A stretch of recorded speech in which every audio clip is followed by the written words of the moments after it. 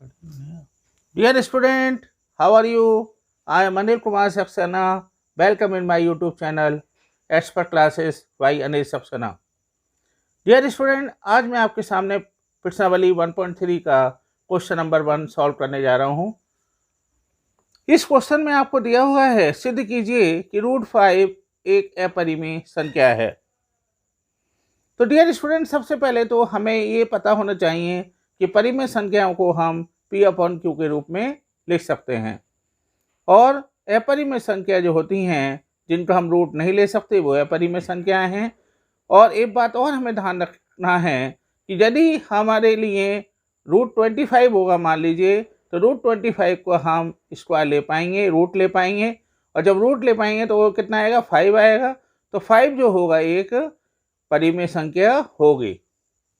तो dear student, इन question में आपको जरूर आएगा 100% एक क्वेश्चन आपका, चूँकि आप अच्छी प्रिपरेशन करते रहिए, जिससे कि आप चूँकि जो 9 से 10th में आए हैं उनके लिए भी ज़रूरी है, और इसमें ज़रूरी प्रैक्टिस भी आपको करनी पड़ेगी। तो देखिए, सबसे पहले जो भी क्वेश्चन आपको दिया जाएगा उसमें पहला काम आपको ये होगा कि √5 एक अपरिमेय संख्या है, तो इसको हम एक परिमेय संख्या मान के चलेंगे। तो पहले तो मैंने ये ले लिया कि माना √5 एक अपरिमेय दे रखा है ना, तो हम लेंगे परिमेय संख्या है। जो भी दे रखा होगा उसके हमें हमेशा ही विरोधाभास या कॉन्ट्रेरी लेना है। ये परिमेय संख्या है। अब डियर, ये तो आपको पता ही है कि परिमेय संख्या जो होती है P/Q के रूप में भी आपको लिखी जाती हैं। तो इसका मतलब क्या होगा कि हमने जो है यहाँ पर √5 = इसको हम लिख सकते हैं P/Q। जहाँ पर एक बात आपको ध्यान रखनी है कि जो P और Q हैं वो क्या है, सहअभाज्य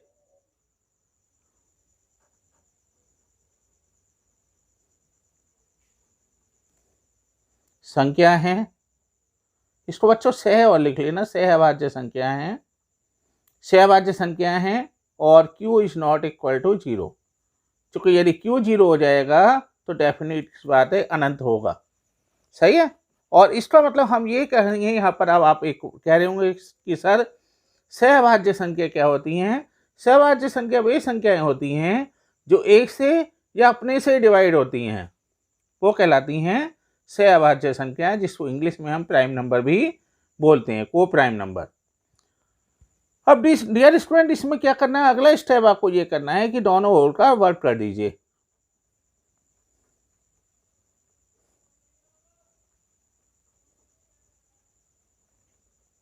जब दोनों ओर का आपने वर्क करा तो ये हो गया √5 का स्क्वायर = हो गया P/Q का स्क्वायर।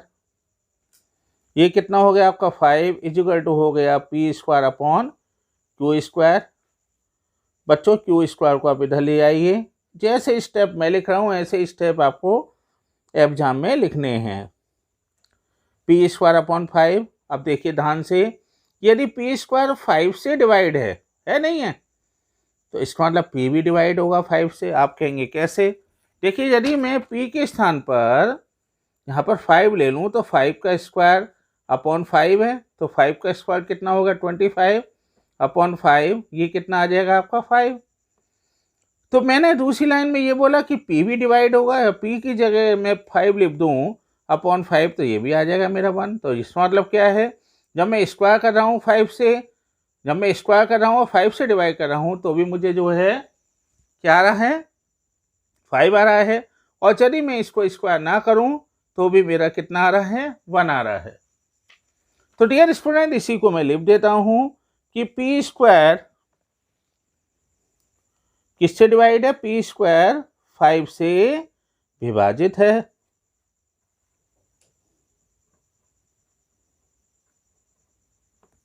तो बच्चों, P भी 5 से डिवाइड होगा, इसमें तो कोई डाउट नहीं है आपको।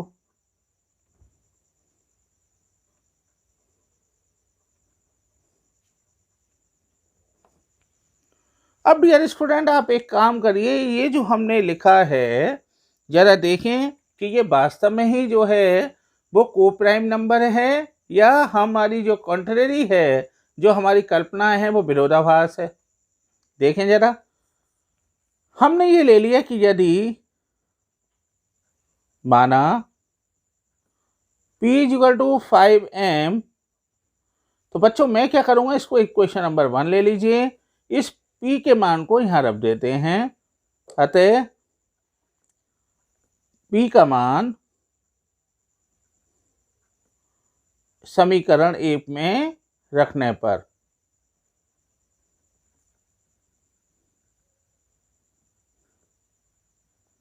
तो डियर स्टूडेंट ये कितना आ गया, √5 इक्वल टू हो गया 5m अपॉन कितना हो गया Q। अब दोबारा से हम वही करते हैं, दोनों ओर का वर्ग कर दीजिए दोबारा से आप।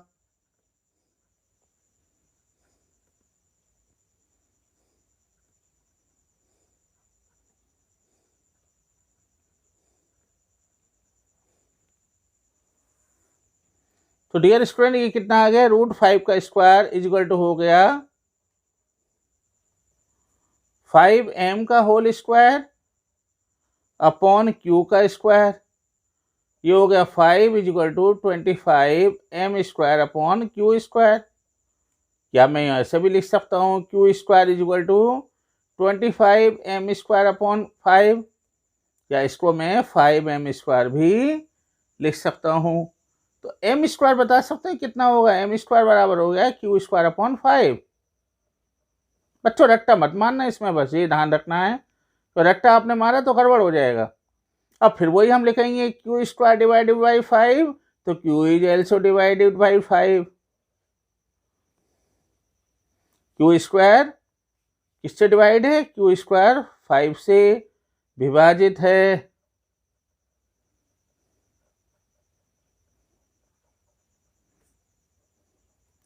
तो Q भी 5 से डिवाइड होगा, यानी विभाजित होगा।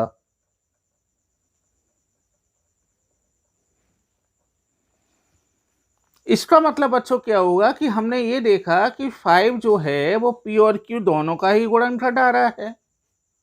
अब जब वो दोनों का गुणनखंड है तो इसका मतलब ये अभाज्य नंबर्स तो हो ही नहीं सकते, सही है। तो इसको हम कह सकते हैं कि अतः 5 P और Q का क्या है, फैक्टर्स है, यानी गुणनखंड है।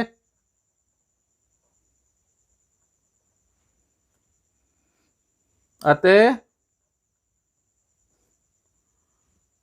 P और Q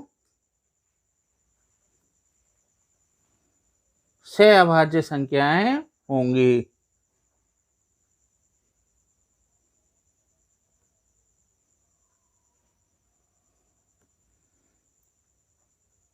और जो हमारी कल्पना के क्या है, विरोधाभास है, जो हमारी कल्पना का विरोधाभास है। विरोधाभास क्यों है, चूंकि हमने माना है उसको परिमेय संख्या, जबकि वास्तव में क्या है, जब 5 उसका कॉमन फैक्टर्स आ रहा है, को प्राइम नंबर आ रहा है, तो ये हमारी कल्पना का विरोधाभास है।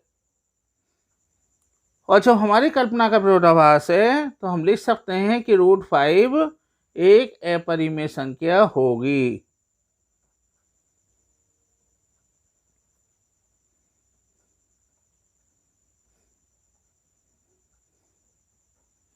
समझ में आया डियर स्टूडेंट, इसको आपको अच्छी तरह से प्रैक्टिस करनी है।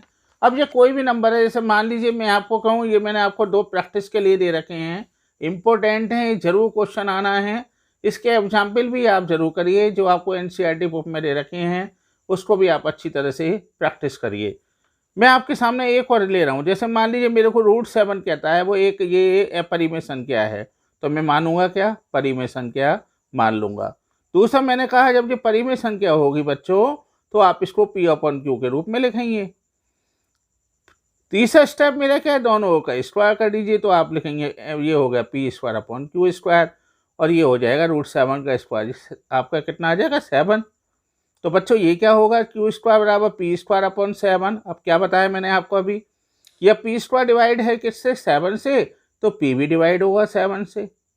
इतना है समझ में आपका। फिर हमने क्या करा, यहाँ पर P इक्वल टू मैंने यहाँ पर कितना दे रखा है, जितना नंबर दे रखा हो उतना ही मान लेना आप। जब 7 है तो 7m मान लो। तो इसका मतलब क्या आ गया बच्चों, इस वाली वैल्यू को यहाँ रख देना आप।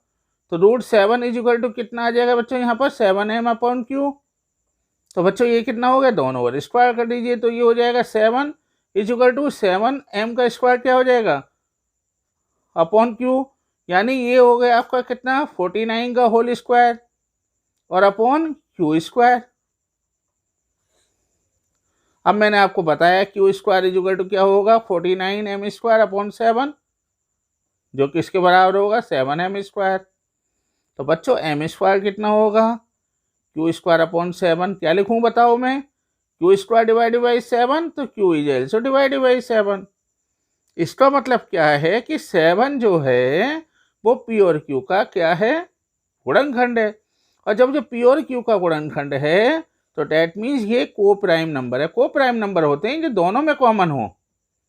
5 जो 7 आ रहा है वो दोनों में कॉमन है, और जब को प्राइम नंबर हैं तो ये तो हमारी कल्पना के अगेंस्ट में हो गया, यह हमारी कल्पना का विरोधाभास है। अतः हम कह देंगे कि √7 जो है एक अपरिमेशन क्या है।